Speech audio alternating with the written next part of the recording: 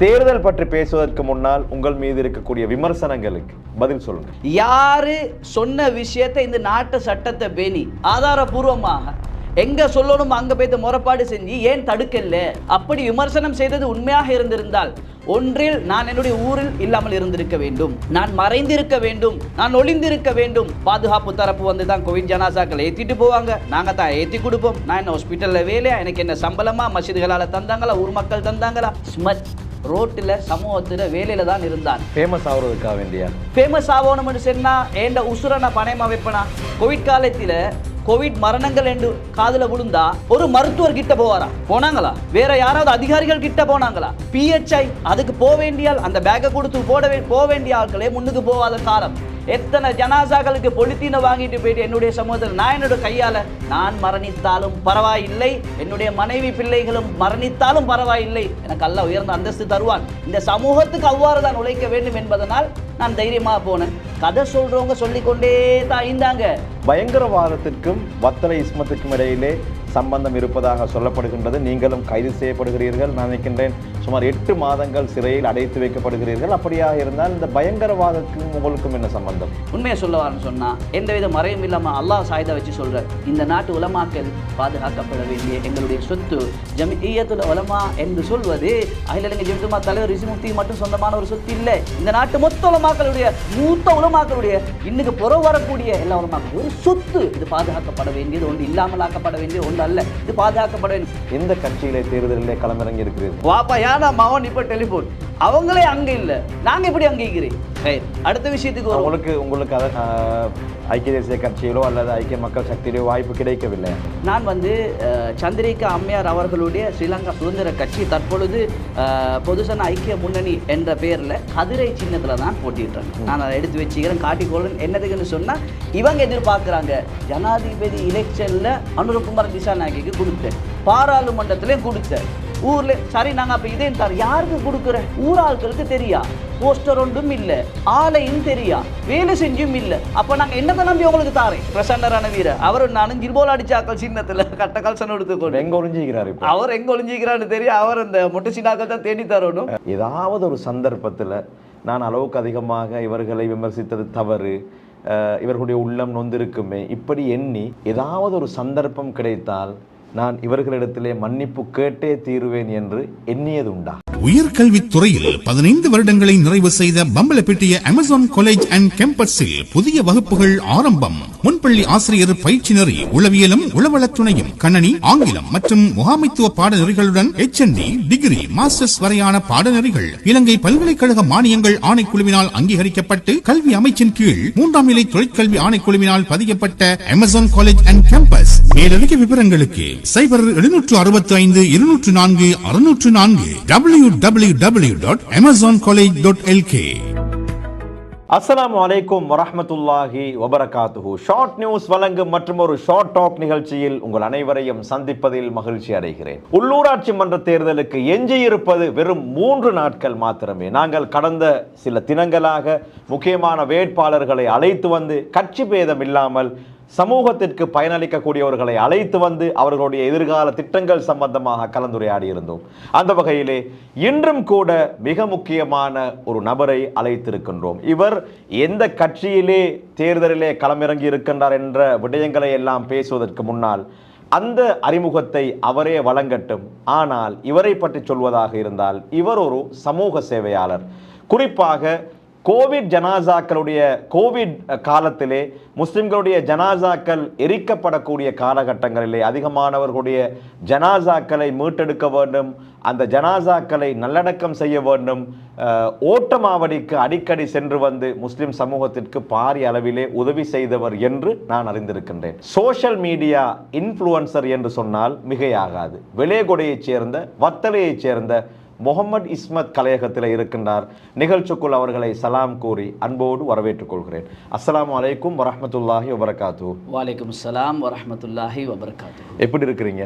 அல்ஹம்துலில்லாஹ், ரொம்ப சந்தோஷமா இருக்கிறேன். இந்த கலையகத்திலே உங்களை வைத்து உங்களிடத்திலே நேர்காணல் செய்வேன் என்று நான் கனவிலும் நினைக்கவில்லை. காரணம், உங்களை பற்றி நான் பர்சனலாக தனிப்பட்ட முறையிலே பல நல்ல விடயங்களை அறிந்திருந்தாலும் சமூகத்திலே பாரிய விமர்சனங்கள் கடந்த காலங்களிலே உங்களுக்கு எதிராக சமூக வலைத்தளங்களே நான் பார்த்தேன். அந்த அடிப்படையிலே இன்றைய நாளிலே உங்களுடைய அரசியல் பிரயாணம் சம்பந்தமாக கலந்துரையாடுவதற்கு முன்னால் உங்களுக்கு மக்கள் வாக்களிக்க வேண்டுமாக இருந்தால் நீங்கள் ஒரு ஊழல்வாதியாக இருக்கக்கூடாது, உங்களுடைய கைகள் சுத்தமாக இருக்க வேண்டும், சமூக சேவை மாத்திரம்தான் மையமாக குறிக்கோளாக இருந்திருக்க வேண்டும். ஆனால் அப்படி சொல்வதற்கு ஒன்றும் நீங்கள் அப்படியானவர் கிடையாது. ஏனென்றால் சமூக வலைத்தளங்களிலே கோவிட் காலப்பகுதியிலே கொரோனா ஜனாசாக்களை நல்லடக்கம் செய்வதில் அயராது பாடுபட்டவர் முகமது இஸ்மத் என்று எனக்கு தெரியும். ஆனால் சிலர் சொல்கிறார்கள் காசுக்காக வேண்டி செய்தார், பணத்திற்காக வேண்டி செய்தார், சம்பாதிப்பதற்காக வேண்டி செய்தார். இப்படியான குற்றச்சாட்டுகள் உங்கள் மீது இருக்கின்றது. எனவே தேர்தல் பற்றி பேசுவதற்கு முன்னால் உங்கள் மீது இருக்கக்கூடிய விமர்சனங்களுக்கு பதில் சொல்லுங்கள். உண்மையிலேயே இந்த சந்தர்ப்பத்தை ஏற்படுத்தி தந்தமைக்கு அல்லாஹ்வுக்கு நன்றி கூறியவனாக இதை நடாத்தக்கூடிய சகோதரருக்கும் விசேஷமாக உங்களுக்கும் நன்றிகளை கூறிக்கொண்டு சமூகத்தின் நாட்டிலே வெளிநாட்டில் எல்லா ஈமானிய சகோதரர்களுக்கும் என்னுடைய பணிவான அஸ்ஸலாமு அலைக்கும் வரஹ்மத்துல்லாஹி வபரகாத்துஹு. விமர்சனம் என்று சொல்வது யாருக்கு வரும்னு சொன்னா, ஒருத்தர் வேலை செஞ்சுட்டு முன்னுக்கு போறாருன்னு சொன்னா அவருக்கு விமர்சனம் வாரது வளமைதான். நல்லா வேலை செஞ்சா நல்லா ஏச்சிப்படணும், நல்லா வேலை செஞ்சா நல்லா அடிப்படணும். அதான் எங்க நாட்டினுடைய இயல்பு. கோவிட் காலங்களிலே ஜனாசாக்கள் எப்பொழுது ஆரம்பித்தது, யாருடைய ஜனாசா முதலாவது எரிக்கப்பட்டது, எத்தனை ஜனாசாக்கள் மொத்தமாக எரிக்கப்பட்டது, எப்பொழுது எங்களுக்கு அடக்குவதற்குண்டான சந்தர்ப்பம் கிடைத்தது, எத்தனை ஜனாசாக்கள் நல்லடக்கம் செய்யப்பட்டது, எவ்வளவு தூரம் மக்கள் பிரயாணம் செய்ய, அந்த காலத்தினுடைய தன்மை எவ்வாறு இருந்து, சாப்பாடு இல்லை. விமர்சனம் என்று சொன்னா யாராவது ஒருத்தர், நீங்கள் வாயால சொல்லலாம், பொறாமைக்கு சொல்லலாம் என்ற பல விஷயங்களை நாங்கள் பார்க்குறோம். அது எல்லாத்துக்கும் தான் இருக்கிறது. யாரு சொன்ன விஷயத்தை இந்த நாட்டு சட்டத்தை பேணி ஆதாரபூர்வமாக எங்க சொல்லணும் அங்க போய் முறைப்பாடு செஞ்சு ஏன் தடுக்கல? அப்படி விமர்சனம் செய்தது உண்மையாக இருந்திருந்தால் ஒன்றில் நான் என்னுடைய ஊரில் இல்லாமல் இருந்திருக்க வேண்டும், நான் மறைந்திருக்க வேண்டும், நான் ஒளிந்திருக்க வேண்டும்.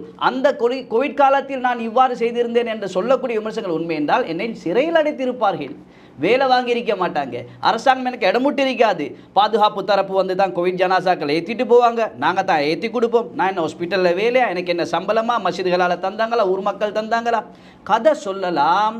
சமூகத்துக்கு விசேஷமாக கோவிட் என்பது 2020 மார்ச் 19 ஆரம்பித்து 3 மாதம் தொடரான அந்த ஊரடங்கு சட்டம் திண்ணையில் ரோட்டுக்கு வெளியேறங்கெல்லாம் ஒரு வீட்டில் ஒருத்தருக்கு கோவிட் என்பது ஆரம்பித்தால் அந்த வீடு 14 நாளைக்கு குவாரண்டைன் ஸ்டிக்கர் ஒட்டுனா பக்கத்து வீட்டுக்கு போயிடாத நிலைமை. எல்லா மஸ்ஜித் நிர்வாகங்களும் மஸ்ஜித் இமாம மோதின் சாபா வீட்டுக்கு அனுப்பி ஜும்மா இல்லை 3.5 மாசமா மூடி வெறிச்சோடி பயந்து போன காலம். ஸ்மத் ரோட்டில் சமூகத்தில் வேலையில தான் இருந்தான். ஃபேமஸ் ஆகுறதுக்காக வேண்டியா? ஃபேமஸ் ஆகணும்னு சொன்னா ஏண்ட உசுரை நான் பணயமா வைப்பனா? கோவிட் காலத்தில் கோவிட் மரணங்கள் என்று காதுல விழுந்தா ஒரு மருத்துவர் கிட்ட போனாங்களா? வேற யாராவது அதிகாரிகள் கிட்ட போனாங்களா? PHI அதுக்கு போக வேண்டியால் அந்த பேக்கை கொடுத்து போக வேண்டிய ஆட்களே முன்னுக்கு போகாத காலம். எத்தனை ஜனாசாக்களுக்கு பொலித்தீனை வாங்கிட்டு போயிட்டு என்னுடைய சமூகத்தில் நான் என்னோட கையால் நான் மரணித்தாலும் பரவாயில்லை, என்னுடைய மனைவி பிள்ளைகளும் மரணித்தாலும் பரவாயில்லை, எனக்கு அல்லாஹ் உயர்ந்த அந்தஸ்து தருவான், இந்த சமூகத்துக்கு அவ்வாறு தான் உழைக்க வேண்டும் என்பதனால் நான் தைரியமாக போனேன். கதை சொல்கிறவங்க சொல்லிக்கொண்டே தான் இருந்தாங்க. அந்த நேரத்தில் இந்த இனவாத அரசியல் மையத்தை பற்ற வச்சு கொண்டே தான் இருந்தாங்க. ஆன்மீகம், அரசியல், அதிகாரம் எல்லா மட்டத்தில் இருக்கக்கூடிய சகோதரம் செயலிலிருந்து தோற்று போன நேரத்தில் களத்தில் இருந்து காப்பாற்றினவனுக்கு இதுதான் இந்த உலகத்து பரிசுண்டா, அதை நான் சந்தோஷமா ஏற்றுக்கொள்றேன். நாட்டு சட்டத்தில் எதுவுமே யாருமே செய்யலையே. சுமார் எத்தனை ஜனாசாக்களை உங்களுடைய கரங்களினால் சுமந்து ஓட்டமாவடிக்கு சென்றிருப்பீர்கள்? ஏறத்தாழ நான் சந்தோஷமாக சொல்றேன், இந்த நாட்டில் உங்களுக்கும் முஸ்லிம் சமூகத்துக்கும் முஸ்லிம் அல்லாத எல்லாத்துக்கும் இன்று தலையங்கமாக பேசப்படக்கூடிய டாக்டர் ஷாஃபி என்னிடத்தில் ஒரு ஆதாரம் உண்டு.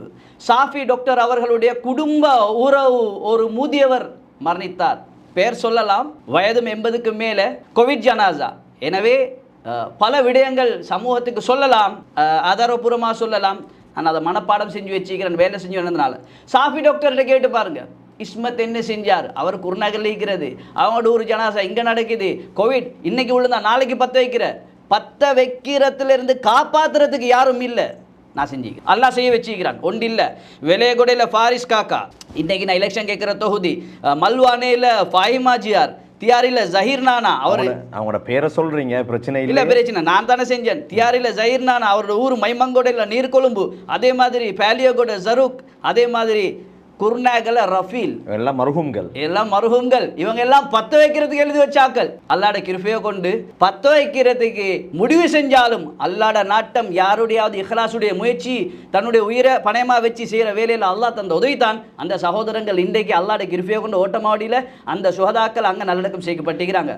அதை விட அதிகமா சொல்லலாம். எவ்வளவு இருக்கு பத்த வைக்கிறது காலத்துல கூட பல சம்பவங்கள் செஞ்சுக்கிறோம்.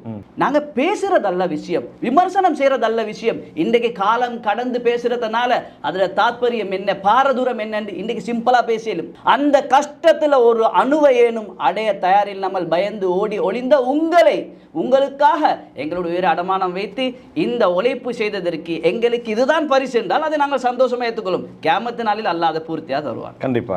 அதாவது நீங்கள் மனசாட்சிக்கு துரோகம் இல்லாமல் வேலை செய்திருந்தால் அதற்கான கூலி நிச்சயமாக உங்களுக்கு கிடைக்கும். ஆனால் கோவிடுடைய காலத்திலே கொரோனா ஜனாசாக்களை வைத்து நீங்கள் சம்பாதிக்கவில்லை என்ற விடயத்தை நீங்கள் உறுதியாக சொல்கிறீர்கள். ஆனால் அண்மைய நாட்களாக நான் பார்த்து வருகின்றேன், பயங்கரவாதத்திற்கும் வத்தலை இஸ்மத்துக்கும் இடையிலே சம்பந்தம் இருப்பதாக சொல்லப்படுகின்றது. நீங்களும் கைது செய்யப்படுகிறீர்கள். நான் நினைக்கின்றேன் சுமார் 8 மாதங்கள் சிறையில் அடைத்து வைக்கப்படுகிறீர்கள். அப்படியாக இருந்தால் இந்த பயங்கரவாதத்துக்கும் உங்களுக்கும் என்ன சம்பந்தம்? பயங்கரவாதம் என்பதை முற்று முழுதாக எதிர்க்கக்கூடிய ஒருவன் நான். இஸ்லாத்தில் பயங்கரவாதம் இல்லை, இஸ்லாத்தில் தீவிரவாதம் இல்லை. அவ்வாறு தீவிரவாதியாக பயங்கரவாதியாக இருந்தால் அவன் முஸ்லிமும் அல்ல, அவன் ஒரு மனிதனும் அல்ல என்ற ரீதியில் உண்டான பிரயாணம் செல்லும் பொழுது ஒரு சில நட்புகளின் காரணமாக இவர் யாருடைய கான்ட்ராக்டுக்காக வேண்டி இவரை இப்போ பிடிச்சி உள்ளுக்கு போட்டா என்ன, நான் ஓப்பனாக பேசக்கூடிய ஒரு ஆள். எப்பயுமே என்னுடைய சோசியல் மீடியாவில் அப்படி தான் பேசுவேன், குரூப்களில் பேசுறேன். எப்படி இப்போ நான் பேசினாலும் அப்படி தான் பேசுகிறேன். உண்மையை பேசுறதுக்கு ஏன் பயப்படணும்? அந்த விஷயத்தை பேசும் பொழுது யாராவது எங்கேயாவது அதில் நோப்பட்டா அவங்க கொடுக்குற கான்ட்ராக்டில் எப்படியாவது கொண்டு வந்து என்ன அந்த சட்டத்தில் போட்டாங்களே ஒழிய பயங்கரவாதி என்ற முடிவு இன்னும் அரசாங்கம் செய்ய இல்லை. அப்போ நான் வெளியே வந்து இப்போ உங்களோட பேசுகிறேன், பயங்கரவாதி உங்களோட பேசலாது. அப்போ இதை எதிர்க்கிற நான் ஏதோ ஒரு சூழ்ச்சிகளின் காரணமாக எனக்கு அநீதம் இழைக்கப்பட்டது என்பதுதான் உண்மை. பொய்யான குற்றச்சாட்டுக்களை மையமாக வைத்து கைது செய்யப்பட்டீர்கள். அப்படியே உண்மை, இதுதான் உண்மை. இதில் பல அந்தரங்கங்கள் உண்டு. இருப்பினும் இவைகள் அனைத்தையும் உடைத்தெறிந்து பேசக்கூடிய தைரியம் எனக்குண்டு. என்னுடைய புள்ள குட்டியும் என்னுடைய சமூகமும் பாதிக்கக்கூடாது என்பதற்காக சில விடயத்தை நான் அடக்கி வாசிக்கிறேன் ஒழிய நான் தைரியமாக தான் இருக்கிறேன், நான் நல்லா தான் இருக்கிறேன், நான் தெளிவாக தான். நீங்கள் நிரபராதியாக இருந்தால் ஒரு எஃப்ஆர் கேஸ் ஃபைல் பண்ணலாமே. உண்மையிலேயே எஃப்ஆர் கேஸ் ஃபைல் பண்ணத்தான் ஓணும். 8 மாசம் சிறையில் இருந்த நான் இப்ப சொன்னீங்களே விமர்சனம், காசு எடுத்தான், காசு எடுத்தவன் எவ்வாறு வாழ வேண்டும், அரசியலுக்கு வாரவன் எவ்வாறு வாழ வேண்டும், அவன் கோடீஸ்வரனாக காணி பூமி எடுத்தவனாக ஊரில் கேட்டு பார்த்தாலும் என்னுடைய சமூகத்தில் யாரு பார்த்தாலும் இஸ்மத் இன்று வரைக்கும் கூலி வீட்டில் தான் வசிக்கிறான் என்பதுதான் எல்லோரும் தெரிந்த உண்மை. அக்ரிமெண்ட் மிக உங்களுக்கு அதையும் காட்டலாம். கூலி வீட்டில் வசிச்சு கொண்டு இந்த சமூகத்துக்காக உழைச்சு கொண்டு இருக்கக்கூடிய நேரத்தில் நான் காசு பணம் சேர்த்திருந்தேன்னு சொன்னா என்னைய எடுத்த நேரத்தில் என்ன பேங்க் எடுத்து செக் பண்ணிருக்க மாட்டாங்களா, என்ன பேங்க் டீட்டெயில் செக் பண்ணிருக்க மாட்டாங்களா? பண்ணுனாங்க. என்னுடைய பாஸ்போர்ட்டை செக் பண்ணுனாங்க. ஒன்றும் இல்லை, அதில் காட்டுறதுக்கு ஒன்றும் இல்லை, மறைவிலே ஒன்றும் இல்லை. நான் தெளிவாக அதில் நடந்து கொள்றதுனால அல்லாட கிருபையை கூட நான் ஓப்பன் ஆகிக்கிறதுனால இந்த நாட்டு சட்டம் மிக அவசரமாக அந்த கடமைகளை சரியாக செய்யும். அது வரைக்கும் நான் சில விஷயங்களை சொல்லாமல் இருக்கிறேன். என்னுடைய சமூகம் பாதுகாக்கப்பட வேண்டும் என்பதற்காக இந்த நாட்டு சமூகத்துக்கு பயங்கரவாதமோ தீவிரவாதமோ இனவாதமோ என்ற எதுவும் கொள்கை பிளவுகள் கொண்டு சண்டை சச்சரவு பிடிக்கிறது கொண்டு எந்த பிரச்சனை வந்தாலும் அதை செய்ய விடாமல் தடுக்கிறதுல முற்களத்தில் நிற்கிற ஒருத்தர் தான் நான். நிச்சயமாக. அதாவது ஒருவர் மீது அநியாயமாக பயங்கரவாதி அல்லது இவர் பயங்கரவாதத்தோடு சம்பந்தப்பட்டவர், அவரோடு ஃபோட்டோ பிடித்திருக்கின்றார், இவரோடு ஃபோட்டோ பிடித்திருக்கிறார் என்று குற்றம் சாட்டும் அளவுக்கு நான் ஒரு மோசமான ஆள் கிடையாது. எனக்கும் தெரியும் உங்கள் மீது அபாண்டங்கள் சுமத்தப்பட்டு தான் நீங்கள் சூழ்ச்சிகளுக்கு உள்ளாக்கப்பட்டு நீங்கள் சிறையில் இருந்தீர்கள். சரி, 3வது விடயம், மிக முக்கியமான விடயம். உங்களுக்கு என்ன தேவை இருக்கிறது இந்த சமூகத்திலே? சமூக தலைமைகள், உலமாக்கள், சமூக அமைப்புகளை தாறுமாறாக விமர்சித்து விமர்சித்து விமர்சித்து நீங்கள் வீடியோ போடுவதன் மூலமாக நீங்கள் அடையக்கூடிய லாபம் என்ன? யாராவது ஒருத்தருக்கு சொல்லேலுமா உலமாக்கல் என்று சொன்னால், நான் ஒரு களிமா சொன்னோன்னா இந்த உலமாக்களை விமர்சனம் செஞ்சு உலமாக்களுடைய திட்டுக்களை வாங்கி எனக்கு சொர்க்கம் போக முடியாது, இதான் உண்மை. ஆனால் உலமாக்களுக்கு கஷ்டம் பிரச்சனைகள் வரும் பொழுது அவங்க யாருக்கிட்ட சொல்லுவாங்க? உலமாக்களுக்கு பிரச்சனை யார்கிட்ட சொல்லுவாங்க? இடமில்லை. அவங்க எனக்கு சில குமுறல்களை சொல்லிக்கிறாங்க. நான் பொது வேலை செய்யக்கூடிய ஒருத்தர், பொதுவாக பேசக்கூடிய ஒருத்தர், அந்த கவலைகளையும் உள்ளத்தில் தாங்கி பேசியிருக்கிறாங்க. சில பிழைகளை பிழை என்று சொல்லியிருக்கிறாங்க. அதில் உலமாக்களுடைய விஷயங்கள் முன் வந்திருந்தாலும், அல்லது அரசியல்வாதிகளுடைய வந்திருந்தாலும், அல்லது தனவந்தர்களுடைய அல்லது அதிகாரத்துறையில் இருக்கக்கூடிய எப்போ பார்த்தாலும் ஈச்சப்பல பிரச்சனை, ஹஜ்ஜி மாசத்தில் ஹஜ்ஜி கோட்டா பிரச்சனை, வேற உம்ரா டிராவல்ஸ் பிரச்சனை, சாப்பாடு பிரச்சனை, தங்க, இப்படி ஒவ்வொரு பிரச்சனையும் நாங்கள் அன்றாடம் பார்க்கக்கூடிய நேரத்தில், காதில் புழுவர நேரத்தில் தேடி பார்த்தா பிழையை ஒன்றை பார்க்குறோம். அந்த பிழையை நான் மறைக்கிறதா, பேசி இல்லாமல் ஆக்குறதா? இஸ்மத், இவைகளை எல்லாம் பேசுவதற்குத்தான் சமூகத்திலே பல நிறுவனங்கள் இருக்கின்றன, அதற்கு தகுதியானவர்கள் இருக்கிறார்கள். இஸ்மத் ஏன் இப்படி கண்டதெல்லாம் எடுத்து பேச வேண்டும்? எந்த நிறுவனம் பேசி இந்த சமூகத்தினுடைய எந்த உரிமையை வென்று தந்திருக்கிறது என்ற ஒரு கேள்வியை நான் உங்களிடமும் புத்திஜீவிகளிடமும் என்னை விமர்சனம் செய்யக்கூடிய எல்லாரையும் பார்த்து கேட்கிறேன். நீங்க பேசி ஏதாவது செய்து கொடுத்திருக்கிறீங்களா? அதிகமான விடயங்கள் செய்திருக்கிறேன். ஒரு ஆலிம், அவர் ஒரு ஜமியத்துல் உலமாவில் இருந்த ஒரு ஆலிம், அவருக்கு வெளிநாட்டிலேருந்து எடுத்து பல கோடி ரூபாய்களுக்கு அவர் ஊருக்கு சேவை செஞ்சால் களுத்துறை மாவட்டத்தில். அந்த ஆலிமுடைய பணத்தை ஒருத்தர் ஆன்லைனில் வந்து திருடி இருந்தார். 9 லட்சத்துக்கு மேற்பட்ட காசு. இன்றைக்கு தான் நான் இதை சொல்கிறேன், சொல்லணும் என்றதுக்காக ஆலமறைச்சி சொல்கிறேன். ஒன்று ஆதாரத்தை தாரேன். அவருடைய காசு பணம் களவு போனது பின்னால் போலீஸில் கேஸ் போட்டு கடைக்கு கடன், ஏழை எளிய அனாதையருக்கு கொடுக்க வேண்டிய ஹக்கு, விதவைகளுக்கு கொடுக்க வேண்டிய அவர் எடுத்து கொடுத்துட்டாரு கடனாளி. இப்போ போய்த்து வாகனம் ஓட்டுறாரு, டாக்ஸி ஓட்டுறாரு ஒரு ஆலிம். இந்த உலமாக்கள் இல்மக் சுமந்தது ரோட்ல வடவிக்கவும் ஆட்டோ ஓட்டுறதுக்கும் அங்க போய் டாக்ஸி ஓட்டுறதுக்கும் இல்லை. இந்த உலமாக்களை பத்தி யார் பார்த்தாங்க? அவர் கஷ்ட நஷ்டம் யார் பங்கெடுத்தாங்க? அவர் களவு கொடுத்து அவர் தானே, அவர் களவு கொடுக்கல, அவர்கிட்ட களவு எடுத்தாங்க. அநீதமிழைக்கப்பட்ட ஒரு ஆலிம், பாவம் 9 லட்சம் ரூபாய் கடன். நான் ஒரு சின்ன ஒரு வீடியோ போட்டேன். யாரோ ஒரு சகோதரி ஒரு அமைப்பொண்டு வந்து அவருடைய கடனை இல்லாமக்கி போட்டாங்க. அவர் அமானிதமாக எனக்கு நன்றி சொன்னார். இனி நீங்கள் பகிரங்கமாக இந்த இஸ்லாமிய தலைமைகளை விமர்சிப்பதற்கு பதிலாக நேரடியாக அவர்களை போய் சந்தித்து இப்படி ஒரு பிரச்சனை இருக்கின்றது, இதனை செய்து கொடுங்கள், ஒரு முஸ்லீமாக உங்களுக்கு இதை பேசலாமே. இது நீங்கள் ஒரு வீடியோவை போடுவதன் மூலமாக, சில போது ஜமியத்துல் உலமாவுக்கு எதிராக ஒரு வீடியோ போட்டால் அவர்களுக்கான சில நிபந்தனைகள் இருக்கும், அவர்களுக்கான சில வரையறைகள் இருக்கும், அவற்றை தாண்டி அவர்களுக்கு செய்ய முடியாமல் இருக்கும். அவர்களை தாறுமாறாக விமர்சிப்பதன் மூலமாக ஒரு தலைமை இல்லாமல் ஆக்கப்படுகின்றது. உண்மையிலேயே உலமாக்களுக்கு நீங்க அப்பா இப்படி ஏசணும், ஏசுற தகுதி உங்களுக்கு இருக்கா? நீ நல்லவனா? உண்மைதான், நான் அதை ஏற்றுக்கொள்ள. உலமாக்கல் என்றால் என்னுடைய உயிர். நான் இன்றைக்கு அல்லாஹ் என்று பேசுறது அதுக்கு பொருத்தமானவர்கள் அவர்கள் தான். அந்த நான் ஒரு அலிமும் இல்லை, சாதாரண ஒருத்தர். நான் பேசக்கூடிய பல விடயங்கள், மார்க்கம் சம்பந்தப்பட்ட விடயங்கள் நான் பேசும் பொழுது சிலவங்க கேட்பாங்க, நீங்க மௌலவியா, இஸ்மத் மௌலவியா? நான் இல்லை, இஸ்மத் மௌலவி இல்லை, நான் சாதாரண ஒருத்தர். நான் என்ன சொல்றேன்னு சொன்னா, இந்த உலமாக்கள் விசேஷமாக சொல்றேன், அண்மையில் ரிஷி முஃப்தி ஹசரத் அவங்க அந்த கோவிட் சம்பந்தமான திரட்டலுக்கு வந்த நேரத்தில், மகன் சும்மா இருக்கிறீங்களா வாப்பா? ஹசரத் மாஷால்லா நான் சும்மா இருக்கிறேன், நீங்க சும்மா இருக்கிறீங்களா ஹசரத்?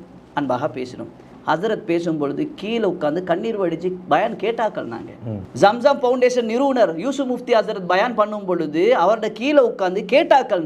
நான் இவர்களை விமர்சனம் செய்வதென்பது அவர்களோட தனிப்பட்ட கோபம் அல்ல, பேசுறது அவர்கள் தனிப்பட்ட கோபம் அல்ல. இவர்கள் எங்களுக்கு தேவையான சொத்துக்கள் இவர்கள் பாதுகாக்கப்பட வேண்டும். அதே முஸ்லீம் சமூகம் சார்ந்த மக்களுடைய காசு பணங்கள் சேரக்கூடிய இடங்கள் இருக்குது, அதுக்கு பேங்க்னு சொல்லுவாங்க, அது வேற அமைப்புகள் இருக்கும். இது சம்பந்தமான விஷயங்கள் வரும்போது அது பாதிக்கப்படக்கூடிய மக்கள் எனக்கு சொன்னால், நாங்கள் போனோம் கேட்குறாங்க இல்லை, பேசினோம் கேட்குறாங்க இல்லை, எங்களுக்கு உதவுறாங்களே, நாங்கள் லொஸ்ட் ஆகிட்டோம் சில உலமாக்கள் எனக்கு சொல்லிக்கிறாங்க. இவ்வாறான பொழுது நான் அவங்களோட அன்பாக ஆதரவாக பேசி செய்ய தான் பார்க்குறேன். இவங்க போகிற நேரத்தில் எல்லாம் சரியான பதில் வருது இல்லை, சந்திக்க கிடைக்குது இல்லை, அவங்க பின்னுக்கு போடுறாங்கன்னு போல கவலை வருது. நீங்கள் ஏன் முசீபத்தான விடயங்களுக்கு தலைங்கமாகறீங்க? ஏன் முஸ்லீம் சமூகத்துடைய ஜனாசா எரித்த அந்த அநியாயக்கார ஆட்சியாளர்களுக்கு 7-8 கோடி சல்லிய தூக்கி பங்குட்டீங்க என்பது இந்த சமூகத்துடைய ஹக்கு. ஏழை எளிய மக்கள் ஈக்கிறாங்க, ஏழை எளிய உலமாக்கள் ஈக்கிறாங்க. ஒரு சம்பவத்தை சொல்றேன். ஜமியத்துல் உலமா சகோதரர்கள் என்ன வந்து சந்திச்சாங்க ஒரு 2 வருஷத்துக்குள்ளால. அவர் வந்த நேரத்தில் நான் அவரோட கேட்ட கேள்வி, அவங்க எதிர்பார்த்தது வேற, நான் சொன்னது வேற. ஹசரத், ஜமியத்துல் உலமால 9156 உலமாக்கள் இருக்கிறாங்க, 60 சொச்சம் கிளைகள் இருக்குது. இந்த கிளை இங்க ஹெட் ஆபீஸ்ல 20 சொச்சம் பேர் நீங்க வேலை செய்றீங்க. இலங்கையில் உள்ள உலமாக்களுடைய சம்பளம் பத்தி, அவர்களுடைய பற்றாக்குறைமை பத்தி ஏதாவது ஒரு திட்டம் போட்டீங்களா? என்னுடைய அபிப்பிராயம் ஹசரத் எழுதிக்கோங்க என்று நான் அவங்களுக்கு சொன்னேன். ஒரு ஆலிமுக்கு மஸ்ஜிதில் குறைஞ்சது 1 லட்சம் ரூபாய் சம்பளம் கொடுக்கணும். மதரசா உஸ்தாதாக 30-40 வருஷம் இருக்கிறாங்க, அதிகாலையில் எழும்புறாங்க, புள்ளல் படுக்கும் வரைக்கும் 20-10 மணி வரைக்கும் இருக்கிறாங்க. இவங்க சம்பளம் என்ன, அவங்களோட வாழ்வாதாரம் என்ன, அவங்களோட புள்ள குட்டியை கல்யாணம் முடிச்சு கொடுக்குற இல்லையா, அவங்களுக்கு அவங்களுக்கு தேவைப்பாடுகள் இல்லையா, இதை அதிகரித்து கொடுக்கணும், ஒரு அறிக்கையை கொடுத்து தனவந்தர்கிட்ட சொல்லி இதை செஞ்சு கொடுங்க என்று சொல்லி அவங்கள்ட்ட நான் ரிக்வெஸ்ட் பண்ணியிருக்கிறேன். அப்போ நான் இப்படி உலமாக்களை கோவிச்சு கொள்வேன். உண்மையை சொல்லவான்னு சொன்னால் எந்தவித மறையும் இல்லாமல் அல்லாஹ் சாயுதா வச்சு சொல்கிறேன், இந்த நாட்டு உலமாக்கள் பாதுகாக்கப்பட வேண்டிய எங்களுடைய சொத்து. ஜம்இய்யத்துல் உலமா என்று சொல்வது அகில இலங்கை ஜம்இய்யத்துல் உலமா தலைவர் ரிஷி முஃப்திக்கு மட்டும் சொந்தமான ஒரு சொத்து இல்லை. இந்த நாட்டு மொத்த உலமாக்களுடைய, மூத்த உலமாக்களுடைய, இன்னைக்கு புற வரக்கூடிய எல்லா உலமாக்களுடைய ஒரு சொத்து. இது பாதுகாக்கப்பட வேண்டியது ஒன்று, இல்லாமல் ஆக்கப்பட வேண்டியது ஒன்று அல்ல. இது பாதுகாக்கப்பட வேண்டும். விமர்சனமோ ஏதாவது குறைபாடு இருந்தால் பேசுகிற தகுதி இருக்குதோ இல்லையோ எங்களோட கவலையை சொல்லும் பொழுது உலமாக்கள் தானே நீங்கள் எங்களுக்கு புத்திமதியை சொல்லித்தாங்க, இந்த பிரச்சனை உண்மை இதுதான், உடனே வெளியே வந்து அடிசோத்தில் பானை வலிக்கிற சத்தம் வரைக்கும் சமூகத்தில் பிரச்சனை கடைசி வரவானம் நேரத்தோடு வந்து அதை எங்களுக்கு சொல்லித்தாங்க. சமூகம் உங்களை எதிர்பார்க்குது என்றது தான் என்னுடைய ஆதங்கம். சரி, இனி நாங்கள் உள்ளூராட்சி மன்ற தேர்தல் சம்பந்தமான விடயங்களுக்கு வருவோம். இத்தனை பிரச்சனைகள் உங்களுக்கு இருக்கின்றது. அதாவது நான் பிரத்யேகமாக உங்களுடைய தொழிலை பற்றி இந்த இடத்திலே கேட்கவில்லை. ஆனால் நீங்களும் பலத்த பிரச்சனைகளோடு சமூகத்திற்காக வேண்டி பாடுபடக்கூடிய ஒரு சமூக சேவையாளர், அதில் மாற்று கருத்தில்லை. இப்படி இருக்கக்கூடிய நீங்கள் எந்த கட்சியிலே தேர்தலிலே களமிறங்கி இருக்கிறீர்கள்? நான் சந்திரிகா அம்மையார் அவர்களுடைய ஸ்ரீலங்கா சுதந்திர கட்சி தற்பொழுது பொதுசன ஐக்கிய முன்னணி என்ற பெயரில் கதிரை சின்னத்தில் தான் போட்டிடுறேன். நான் அதை எடுத்து வச்சுக்கிறேன், காட்டிக்கொள்றேன். என்னதுக்குன்னு சொன்னால், நீங்கள் ஏன் இப்போ சமூகம் கேட்குற கேள்வி, என் ஊரோ எங்கேயோ பொதுவாக எங்களோட மக்கள் கேட்குற கேள்வி, ஒரு காலத்துக்கு முந்தி கேட்டாங்க, அல்ல யூஎம்பியில் கேட்கேன்னு சொல்கிற ஆட்களுக்கு அதில் லாஞ்சனம் என்ன, அது அடையாளம் என்ன, சின்னம் யானை, அதில் சொந்தக்கார ஆட்கள் எங்கே இருக்கிறாங்கன்னு பார்த்தா டெலிஃபோனில் இருக்கிறாங்க. வாப்பா யானை மகன் இப்போ டெலிஃபோன், அவங்களே அங்கே இல்லை, நாங்கள் எப்படி அங்கே இருக்கிறேன். ஹைர், அடுத்த விஷயத்துக்கு உங்களுக்கு அதை ஐக்கிய தேசிய கட்சியிலோ அல்லது ஐக்கிய மக்கள் சக்தியிலோ வாய்ப்பு கிடைக்கவில்லையா? ஐக்கிய மக்கள் அந்த டெலிஃபோன் சின்னத்தில் எஸ்ஜேபியில் முழுக்க நாங்கள் வேலை செஞ்சு போன பிரதேச சபை சந்த டைமில், எலெக்ஷன் டைமில் நான் வேலை செஞ்சு ஒரு பெரும்பான்மை சகோதரரும் போனஸுக்கு ஒரு முஸ்லீமும் உள்ளுக்கு போட்டு செஞ்சு கொடுத்தது நான். அல்லாடிக்கு சொல்லி பெரிய பங்களிப்பு கொடுத்தேன். என்னுடைய ஓட்ஸ் எல்லாம் திருப்பி அவங்களே கொடுத்தேன். ஏண்டா வேலை செய்வாங்க, இனவாத பேதம் இல்லாதவனு கொடுத்தோம். சார், இந்த புதிய சின்னத்தில் கதிரை சின்னம் என்பது வெள்ளையகோட, நான் கூட மாபோலையை சேர்ந்தவன், வெள்ளையகோட வத்தல மாபோல பாதைக்கு இது ஒரு புதுசு. அங்குள்ளவர்கள் கடந்த பாராளுமன்ற தேர்தல், ஜனாதிபதி தேர்தலிலே தேசிய மக்கள் சக்திக்கு வாக்களித்தாலும் கூட அது ஒரு வத்தல ஆசனம் அல்லது வத்தலை என்பது ஐக்கிய தேசிய கட்சியின் கோட்டை என்று தான் சொல்வார்கள். அப்படி இருக்க நீங்கள் கதிரை சின்னத்திலே தேர்தலில் களமிறங்கி மக்களுடைய வாக்குகள் எப்படி உங்களுக்கு கிடைக்கும்? கோட்டைகள் எல்லாம் தவிடு பொடியான காலம்தான் இது. எவ்வளோ பெரிய மாபெரும் ஆட்சி எல்லாம் இருந்தது, பெரிய கோட்டை, அதை இடிக்க விட்டு நினைக்க மேலாது. அந்த கோட்டையெல்லாம் தவிடு பொடியானது. நான் கேட்குறேன், கட்சி சார்ந்த, கொள்கை சார்ந்த அரசியல்வாதிகள் யார் இருக்கிறார்? அவர்களுடைய பதவியில் அதே இடத்துல நாங்கள் மாற மாட்டோம், நாங்கள் இந்த கட்சியின் இதில் தான் யாருக்கும் சொல்லலாது. எல்லா அரசியல்வாதிகளும் தேவையான இடத்துக்கு போயிட்டு நான் ஏன் இதில் கேட்டேன் என்பது கேள்வியாக இருந்தால் எனக்கு கிடைச்சதில் நான் கேட்டேன். நான் கொடுக்கக்கூடிய பதில் சமூகத்துக்கு, நீங்கள் மாலிமாவில் கேட்கேச்சு, உங்களுக்கு சஜபேல கேட்கேச்சு, உங்களுக்கு யூஎம்பியில் கேட்கேச்சு. அப்படியா இருந்தால் உங்களுக்கு கொள்கை இல்லை. சும்மா சரி சம்பிக்கிற நமக்கட கட்சியில் கிடைச்சிருந்தாலும் அல்லது திலீப் ஜெயவீரோட கட்சியில் கிடைச்சிருந்தாலும் கேட்டிருப்பீங்களா? உண்மையை சொல்கிறேன், எங்களுக்கு நல்ல விலையும் இருக்கி, நல்ல மக்களுடைய ஓட் பேங்க்கும் இருக்கி. அதனால் உதாரணத்துக்கு சொல்றேனே, என்னுடைய பார்வையில் ஸ்ரீலங்கா காஃபிர் காங்கிரஸ் என்று நான் ஒன்றுக்கு பேர் வச்சுக்கிறேன். இந்த சமூகத்துக்கு அநியாயம் செஞ்சவங்க, இந்த சமூகத்தோட ஜனாசை எரிச்சவங்க, இந்த சமூகத்துக்கு இனவாத பிரச்சனையை கொண்டு வச்சவங்க, அதுல கோடான கோடி ரூபாய்க்கு வந்து கொட்டினாலும் எந்த உசுறு போனாலும் நான் அந்த பக்கம் திரும்பி பார்க்க மாட்டேன். அதுலேயும் 2 முஸ்லீம்கள் இன்றைக்கு எங்களோட ஊரில் கேட்க போட்டிருக்கிறாங்க. அந்த போர்டை பார்க்கக்குள்ள எனக்கு ஒரு கவலை. அப்போ ஏவாப்பா மையத்து பத்திரிக்கைக்குள்ளே ஏசினீங்க, உங்களோட ஊரில் மையத்து பத்திரிக்கை குவாரண்டைனில் அடிக்க போல் நீங்கள் எங்கே இருந்தீங்க? அதெல்லாம் நாங்கள் வேலை செஞ்சு கஷ்ட நஷ்டம் பார்த்தோம் தானே, ரோட்டாக பெட்ரோல் போலியில் இருந்தோம் தானே. என்ன மூஞ்சை வச்சுக்கொண்டு எங்களோட முஸ்லீம்கள் அதில் எலெக்ஷன் கேட்க வந்திருக்கிறாங்க, சஜபேல கேட்க கொடுத்திருக்கிறான்னு சொன்னால் நேரத்தோட நாளக்க கூடையவான மொட்டு சின்னத்தில் அவரோட ஒன்றோட ஓடின ஒருத்தருக்கு இன்றைக்கு டெலிஃபோனில் கொடுத்திருக்கிறீங்க. இதனால் எனக்கு கட்சி பிரச்சனை இல்லை. நான் தேர்ந்தெடுத்துக்கிற கட்சி உண்மையிலே நல்லம் கூடவா அல்லது கெட்டது குறவான்னு பார்த்தா ஓரளவுக்கு எனக்கு திருப்தி. இது கொஞ்சம் கெட்டது குறவு. அல்ஹம்துலில்லாஹ் சந்திரிகா அவங்களோட கட்சி, அவங்க எந்த பிரச்சனையும் இல்லாத ஒரு இருந்த கண்ணியமாக அரசியல்லேருந்து ஒதுங்கி போனவங்க. இன்றைக்கு மாதிரி பெரேதத்தானத்தில் அரசியல் விட்டுட்டு போகாத அரசியல்வாதிகளை போல இல்லை, அவங்க கண்ணியமாக நடந்து கொள்கிறாங்க. அவங்களோட கட்சியில் எனக்கு கேட்க கிடைச்சிச்சு.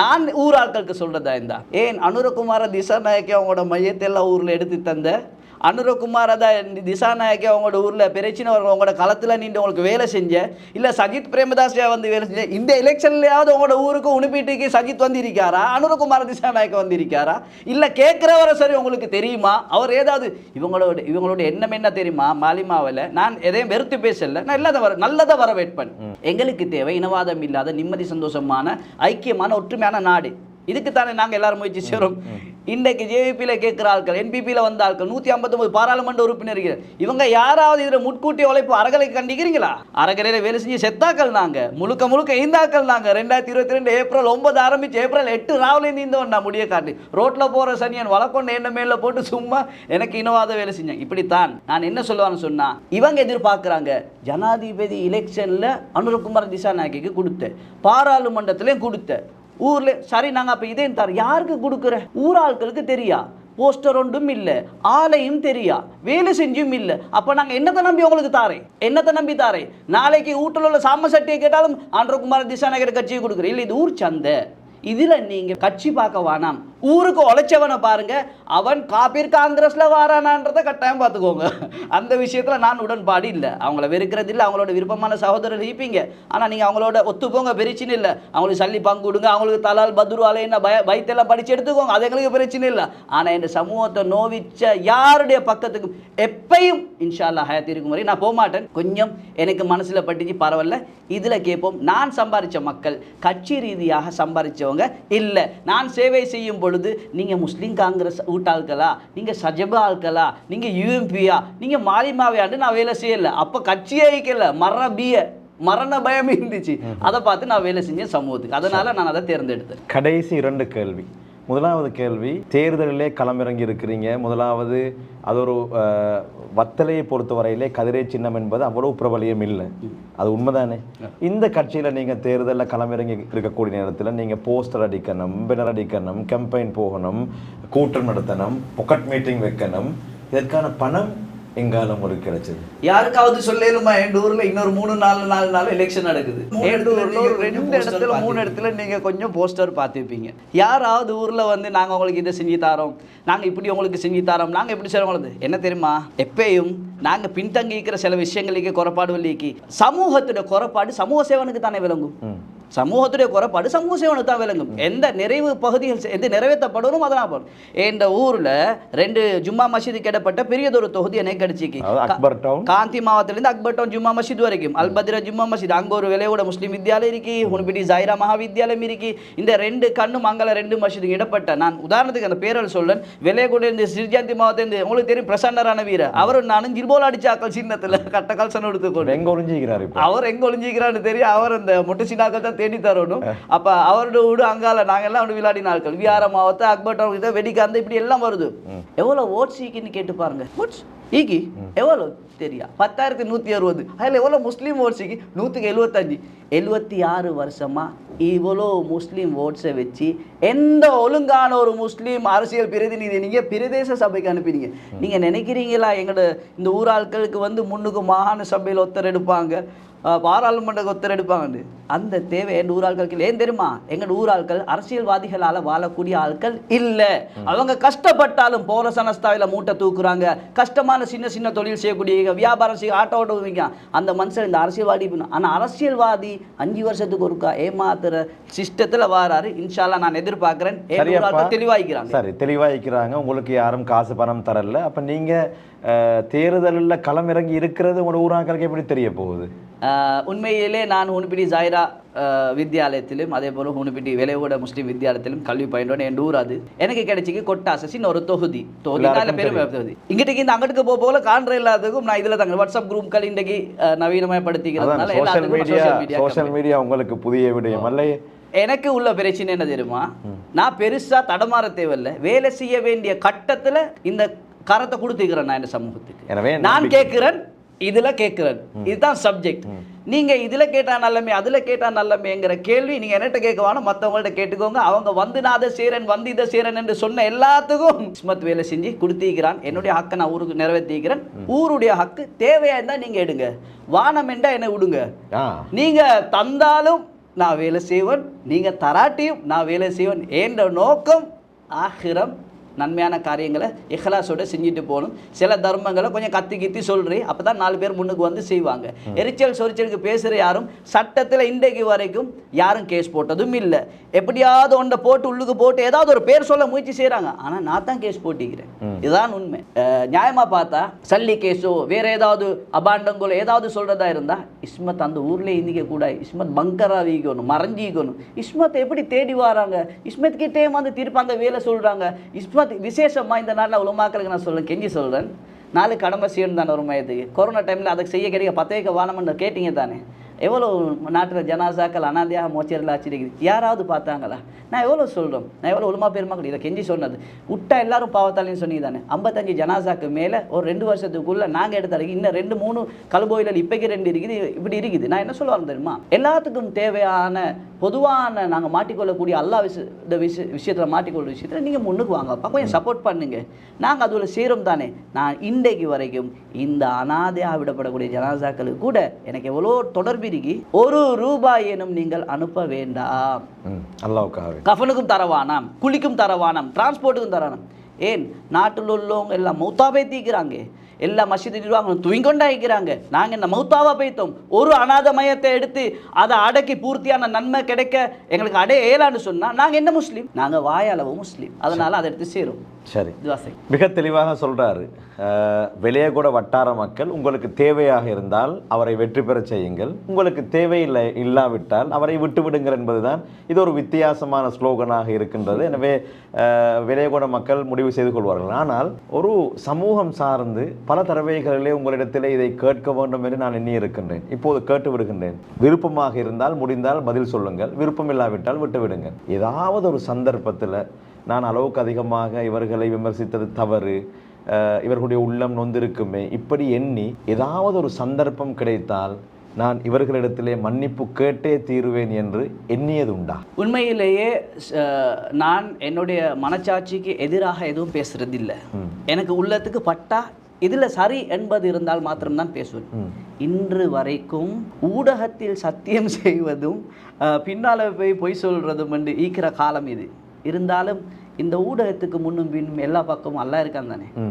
யாருக்காவது சொல்லலுமா இஸ்மத்துக்கு நான் இங்கிருந்து இவ்வளவு கொடுத்து இதை பேச சொன்னேன் என்று யாருக்காவது ஆதாரம் காட்டல? நிச்சயமாக அதை என்னுடைய கேள்வி, நீங்கள் கடந்த பல வருடங்களாக சோஷியல் மீடியாவில் பலரையும் விமர்சித்து இருக்கிறீங்க. சிறைச்சாலையிலும் நீங்கள் இருந்தீங்க, தனிமையில் அங்கே இருந்தீங்க. அந்த கட்டங்களில் உங்களுடைய சிந்தனையிலே உதித்திருக்கின்றதா, நான் வெளியில் சென்றால் நான் சில போது நான் பேசிய நான் உணர்ந்திருக்கிறேன். உண்மையிலேயே உங்களுடைய கேள்வியை நான் ஏற்றுக்கொள்ளேன். எனக்கு மனசாட்சி இருக்குது. நான் சில வேளையில் அதிகமான என்னுடைய மூத்த சில சகோதரர் உலமா பெருமக்கள் என்ன பலர்களை சூழ்ந்து தான் நான் இருக்கிறேன்.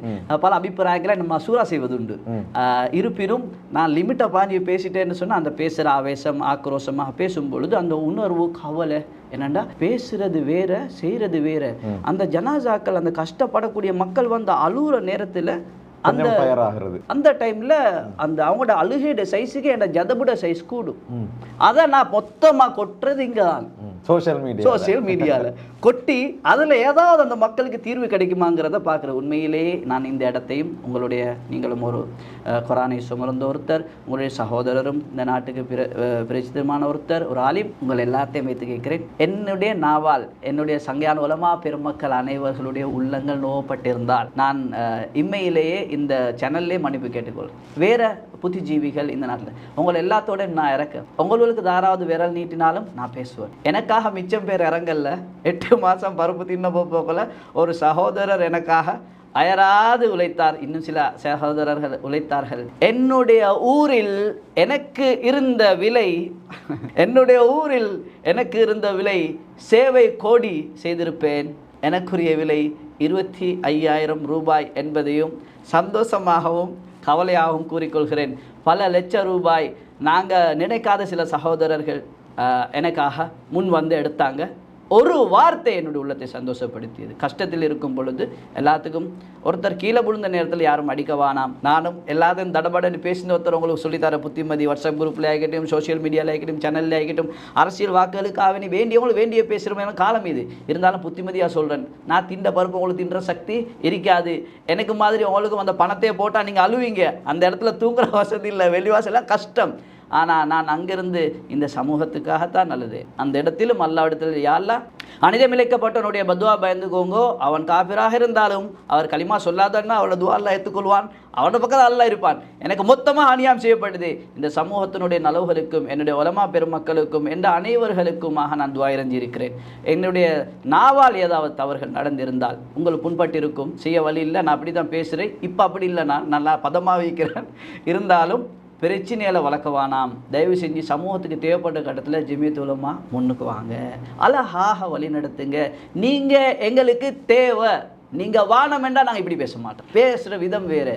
நீங்கள் தேவை எங்களுக்கு, புத்திஜீவிகள் தேவை, அரசியல்வாதிகளே நீங்கள் எங்களுக்கு கட்டாயம் தேவை. ஆனால் அடமானம் வச்சு இந்த கேம் பிளே பண்ணுற அந்த காலமெல்லாம் பேத்துட்டு அதுக்கு நல்ல ஒரு உதாரணம் தான் மாபெரும் ஆட்சி. எல்லாம் அனுப்பி வச்ச சிஸ்டத்தை உங்களுக்கு காட்டிக்கிறான். கடைசியில் பார்லிமெண்ட்டில் படுத்தீங்க, வெளியே வர இல்லாமல் எல்லாரும். இப்போ எல்லாம் கொஞ்சம் திறந்து தந்தீங்கன்னா காப்பாற்றிக்கோங்க. ரொம்ப நன்றி. அற்புதமான பல விடயங்களை பேசியிருந்தோம். இறுதியிலே என்னுடைய உள்ளத்திலே உதித்த ஒரு விடயம், மனிதன் அப்படித்தான் பேசக்கூடியவன். எனவே அவர் இந்த நேர்காணலை ஒரு சந்தர்ப்பமாக பயன்படுத்தி யாருடையாவது உள்ளம் நோவினை அடைந்திருந்தால், மனவருத்தப்பட்டிருந்தால் மன்னிப்பையும் கேட்டிருக்கிறார். எனவே எதிர்காலத்திலே பொறுத்திருந்து பார்ப்போம் இவருடைய செயற்பாடுகள் எப்படி அமையப் போகின்றது என்று. இது எவ்வாறாக இருந்தாலும் வெளியகூட வட்டார மக்களே, இது உங்களுக்கான சந்தர்ப்பம். இஸ்மத் எங்களுடைய கலையகத்திற்கு வந்து அவர் செய்த சேவைகளில் சிலதை உங்களோடு பகிர்ந்திருக்கின்றார். உங்களுக்கு விருப்பமாக இருந்தால் எதிர்காலத்திலே உங்களுடைய பாதை போடுவதாக இருக்கட்டும், விளக்குடைய விடயங்களாக இருக்கட்டும், பாடசாலை விடயங்களாக இருக்கட்டும், இஸ்மத் ஓடி ஆடி வேலை செய்வார் என்ற நம்பிக்கை இருந்தால், இவர் ஒரு நம்பிக்கைக்கு பாத்திரமானவர் என்று நீங்கள் கருதினால் உங்களுடைய வாக்குகளை அவருக்கு செலுத்தி அவரை வத்தலை நகர சபை கலனி பிரதேச சபையில் ஒரு உறுப்பினராக ஆக்குங்கள் என்ற தாழ்மையான வேண்டுகோளை விடுத்து விடைபெற்றுக் கொள்கின்றேன். எங்களுடைய கலையகத்திற்கு வந்து என்னுடைய எல்லா வினாக்களுக்கும் பதில் சொன்ன சகோதரர் இஸ்மத்துக்கு நன்றிகளை தெரிவித்துக் கொள்கிறேன். ரொம்ப நன்றி. ஜஸாக்குமுல்லாஹ் ஹைரன். இந்த சந்தர்ப்பத்தை எனக்கு ஏற்படுத்தி தந்தமைக்கு, இதுபோன்று சமூகத்துக்கு ஆக்கப்பூர்வமான விடயங்களை செய்யக்கூடிய ஊடகங்களை இந்த அளவுக்கு வளர்த்து வைத்த சகோதரர்கள், இந்த கலையகத்தை நடாத்தும் இந்த சமூகத்துக்கு ஊடகம் அத்தியாவசியம். தயவு செய்து ஊடகம் செய்யக்கூடிய சகோதரர்களும் அவர்களை வளர்க்க வேண்டிய பொறுப்பு அரசியல், ஆன்மீகம், அதிகாரம், வசதி வாய்ப்பு கொண்ட தனவந்த சகோதரர்களே, இப்போ உங்களுக்கு விளங்குதீட பொறுமதி. அதனால் இந்த இடங்களையும் நீங்கள் இன்னும் கூட்டிக்கோங்கன்றதை நான் சொல்லிட்டு விடைபெறேன். அனைவருக்கும் ஜஸாக்கல்லாஹு ஹைரன். அஸ்ஸலாமு அலைக்கும். உயர்கல்வித்துறையில் 15 வருடங்களை நிறைவு செய்த பம்பலப்பிட்டிய அமேசான் காலேஜ் அண்ட் கேம்பஸில் புதிய வகுப்புகள் ஆரம்பம். முன்பள்ளி ஆசிரியர் பயிற்சி நெறி, உளவியலும் உளவளத்துணையும், கணனி, ஆங்கிலம் மற்றும் முகாமைத்துவ பாடநெறிகளுடன் HND, டிகிரி, மாஸ்டர்ஸ் வரையான பாடநெறிகள் இலங்கை பல்கலைக்கழக மானியங்கள் ஆணைக்குழுவினால் அங்கீகரிக்கப்பட்டு கல்வி அமைச்சின் கீழ் 3ஆம் நிலை தொழிற்கல்வி ஆணைக்குழுவினால் பதியப்பட்ட அமேசான் காலேஜ் அண்ட் கேம்பஸ். மேலதிக விவரங்களுக்கு 0765 204 604 www.amazoncollege.lk